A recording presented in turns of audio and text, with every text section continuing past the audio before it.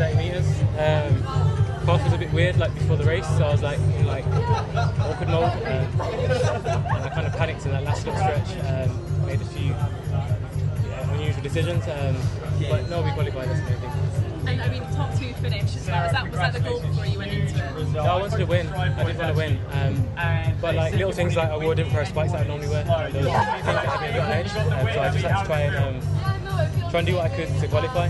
But again, yeah, disappointed with the way I executed towards the end. How was that kind of how you ran the race itself from start to finish? It's fine. It's just sometimes it's harder running slow than it is running quick. At that pace, it's just really awkward. We trained to run quick, not to run that slow. So it was a bit of a weird one. Felt like a jog, and then we pick up, and then when you're trying to pick up, you've got like gunk in your legs. It's almost like sitting against a wall for 2 minutes. You know, when you're in that crouch position, then they expect you to run, and it just feels weird and awkward. Real heavy legs. Did you feel like you were drifting across to that last, as you're coming to the finish line, that little bit of contact, I think, possibly with Tom Keane behind you? I think there was contact, and I think then when me and Neil touched, because I definitely drifted, and I think we made more contact than I really drifted.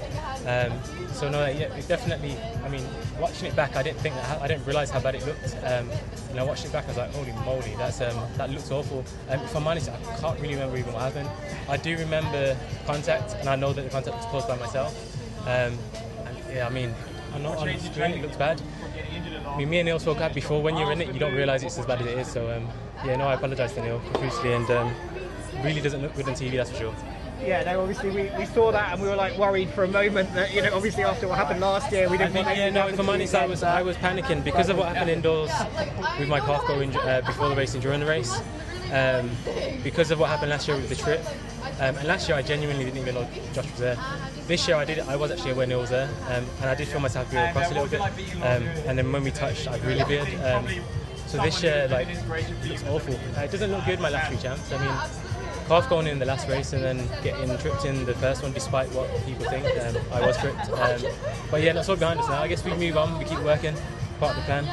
I don't even really like doing these interviews because I'm going over stuff I don't really want to go over, if I'm being honest. It's awkward. I feel pressured into making comments that I'll probably change my view in the next 5 minutes. So what I say now, I think should be taken with a pinch of salt because my opinion is probably likely to change. Now's heat at the moment, it's heat of what's happened. I need to watch it back myself to see what happened. I can see you guys are clutching for me to say something that might get me in trouble. I don't really know. I'm going to have to watch it back in truth. Well, let's turn it into a positive though. Yeah. I mean, you said you obviously came in for the win, but the top 2 is what you needed. And with no Jake and George here, the pressure was really on, especially you and Neil, to get those top 2. And did you feel any of that at all? Because you've still done the job you needed to do. No, it didn't really make any difference. I mean, last year I had to run with a chest infection outdoors, and I couldn't breathe, so I had to run 800. Indoors I ran with a calf tear. I just turn up, I race, I do what I need to do. I mean, granted, like Jake was ill, and I mean, George just had an operation, so that's it's a difficult one, isn't it? I mean, he shouldn't be running. But so I guess it's a tough one. You just sort of roll with it. Our sport's a weird one. It's ups and downs, it's ins and outs. You navigate the ups and downs, the toughness, the hardship, and all the rest of it. Sorry, this seems like a negative interview. No. I'm disappointed with the way I ran. But when the dust settles, you're still going to be on the plane? Yeah, I just need to reflect, I just need to reflect. Yeah, no, absolutely. Okay. You're going to Tokyo, and look, obviously the 1500 metres is really fast.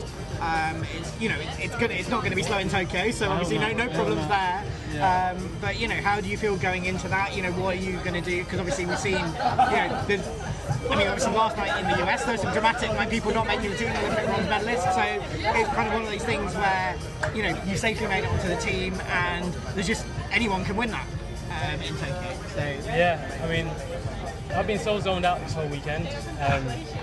Like my mind wasn't even really on this weekend. This weekend was just about qualifying, and then the next few weeks were about building. I don't even know if I'll race again before Worlds. I just really want to go out there and perform.